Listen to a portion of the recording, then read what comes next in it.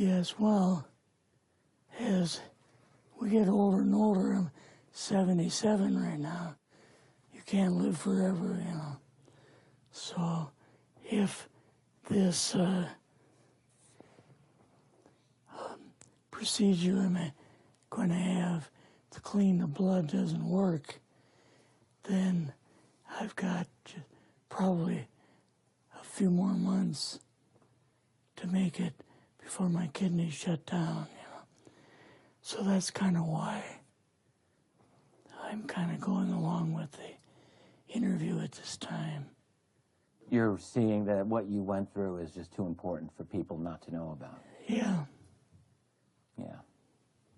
Can you just, can we start at the beginning with your military career and just walk through what exactly your experiences were? Was drafted into the military and got into the U.S. Army.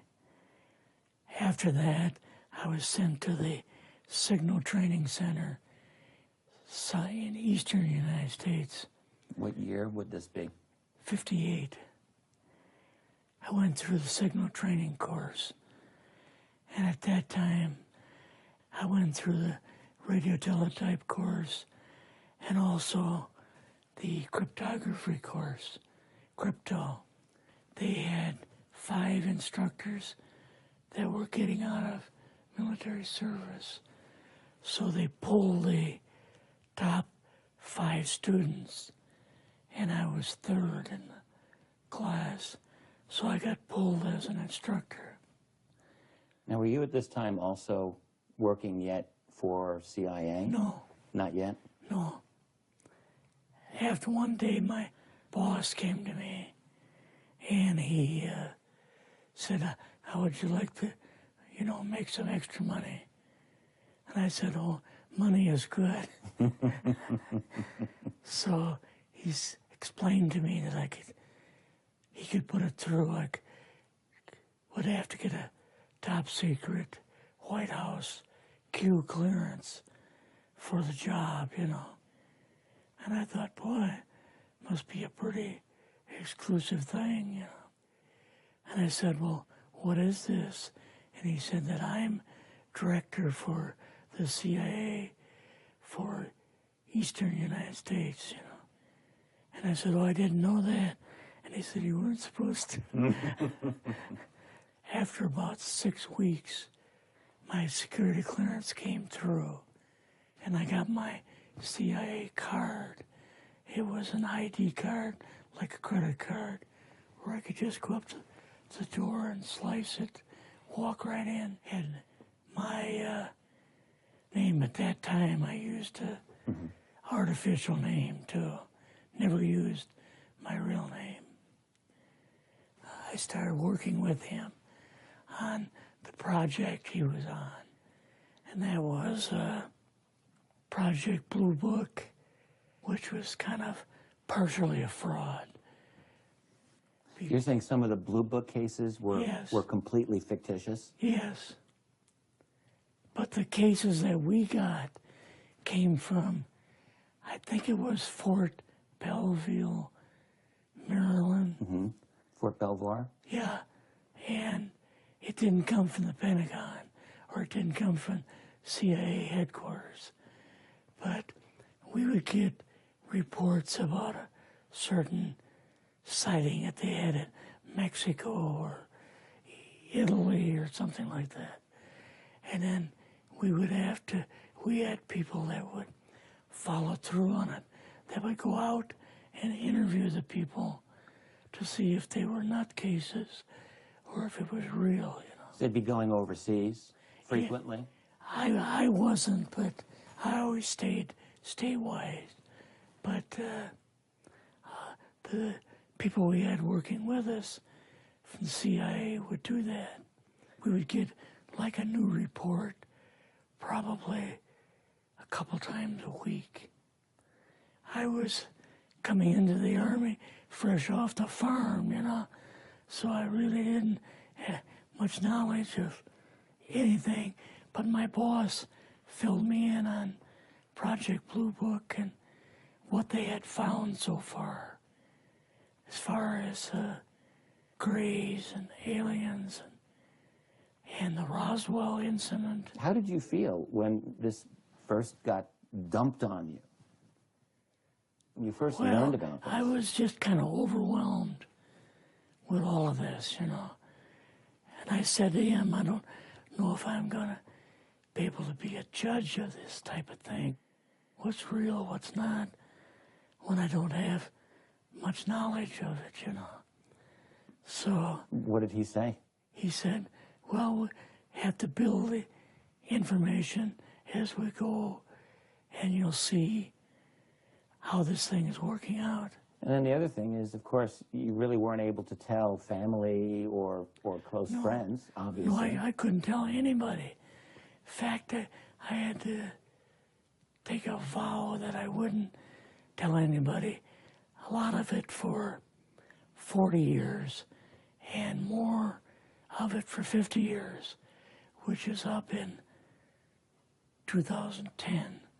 You're doing all this crypto work, you're looking at images, photographs, video. It's 1958, maybe the fall of 58. What happened after this? At that time, the Project Blue Book thing kind of went pot, you know. If you remember, back in those days, they kind of declared it as a nothing, you know. Mm-hmm. Right. And they were telling the world all UFOs are misidentifications, hoaxes, balloons, psychological issues, whatever. Yes. Yeah. So my boss came to me and he says, we've both got a new assignment. And he says, oh, I said, where are we going? Oh, he says, we're going to the Capitol. We're going to be part of the Eisenhower push. He's trying to find out something about, all about these aliens that MJ-12 was supposed to find out, but never sent back reports to him. The MJ-12, the UFO control group, were they calling it MJ-12 at that time? Yes. They called us in, went into the Oval Office, and President Eisenhower was there and Nixon, and they said, we called the people in from MJ-12 from Area 51 and S4, but they told us that the government had no jurisdiction over what they were doing. So being a general, past general, you didn't tell them to go to hell without any real good reason, you know. Mm-hmm. So he said, I want you and your boss to fly out there. I want you to give them a personal message. He says, I want you to tell them, whoever is in charge, tell them that to get in, they have this week, coming week, to get into Washington and to report to me. And if they don't, I'm going to get the First Army from Colorado, and we're going to go over, we're going to take the base over. I don't care what kind of classified material you got. We're going to rip this thing apart. Eisenhower was going to invade Area 51. Yeah, with the First Army. So you go out with your superior. Yes. You fly out. You land. What happens? Can you describe this whole process, what you saw? It took us the 13 or 15 miles south to S4 and like different garage door openings. Okay. And in these garage door openings, they had like different saucer crafts. The very first one had the Roswell craft in. It was kind of crashed up, but apparently every alien that was in it died except for a couple. So you see the Roswell craft, and what are some of the others that you see? Well, the Roswell craft was really strange because it looked like real heavy aluminum foil. We could rock next to it, and you could rock it. The whole thing probably weighed 150, 300 pounds. Could they tell what the source of power was of this craft? Yeah, it was like a reverse gravitational thing of some kind. In fact, one later on, I got the mathematical code for reversing gravity in a 3x5 card. I guess there are different types of grays and so on. How did you see that evidence? Well, at the later on at S4, we viewed the autopsy film, and then the colonel said, "What we've got in here is we're interviewing a gray alien." All right, right there. How did you feel at that moment? Well, I thought, boy, we had no idea we were going to see the real thing. All we saw was film. You had to have a little bit of heart racing at that moment. My boss was able to go in and had like a partial interview with him. So what did this gray alien look like? Could you describe him a little bit? This one looked a little bit oriental. So I'm just wondering if it looked almost human, what about this didn't look human? No, it didn't look human as far as the skin tone and basically the shape of it and the size. How was its head size compared with a normal human, for example? Brain was kind of a little bit bigger. And some of the nose was very, very small. And the ears were just like holes. Mouth was very small. Now, why were they bringing you out here at all, anyway, to see an alien? What was the point?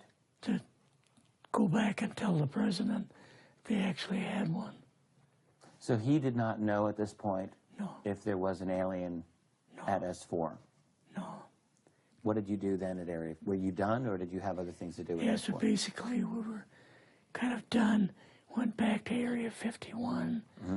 They took us into the main building, and there we saw a U-2, which of course we didn't know existed. And a model of the SR-71. Yeah, the Blackbird. So, but like I mentioned earlier, it was not a model of the current Blackbird. It's an earlier version. But an early version. Did you go directly to Washington after this? Yes. Or did you go somewhere else? How did they get, did you fly regular airline? Or we flew back to the commuter plane back to the air base, and then took President Eisenhower's Lockheed Electra back to Washington. You and your supervisor, superior officer, and now you're meeting with the president? Yes. Can you describe this? Well, we met with him in, the second story of the old OSS warehouse building. And Eisenhower and Nixon were there, and also Hoover was there. So he asked us what was going on, and we told him about the alien and the whole situation, and the black projects and so on, and he was just totally shocked. He appeared for the first time to be worried, you know, like he was worried. I would think that Eisenhower would, I mean, he certainly knew that flying saucers were real. Yes. He knew that there were aliens. So I guess I'm just wondering, what would he have been, really surprised about? Surprised about the black programs. Eisenhower said, got to keep this thing completely secret. You know, can't talk about this.